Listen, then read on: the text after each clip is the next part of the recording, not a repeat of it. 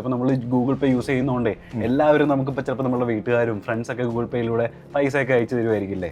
അപ്പോൾ ഇത്തരം ട്രാൻസാക്ഷൻസ് നമ്മുടെ ബന്ധുക്കളിൽ നിന്നും സുഹൃത്തുക്കളുടെ അടുത്തു നിന്നൊക്കെ വരുന്ന ട്രാൻസാക്ഷൻസ് ആക്ച്വലി ടാക്സിന് വിധേയമാണോ? നമ്മുടെ അക്കൗണ്ടിലേക്ക് വരുന്ന ക്രെഡിറ്റ് 3 ആയിട്ട് തരംതിരിക്കാം. 1 നമുക്ക് വരുന്ന ഇൻകം, 2 നമുക്ക് കിട്ടുന്ന ലോൺ അല്ലെങ്കിൽ വായ്പ അല്ലെങ്കിൽ ഗിഫ്റ്റ്.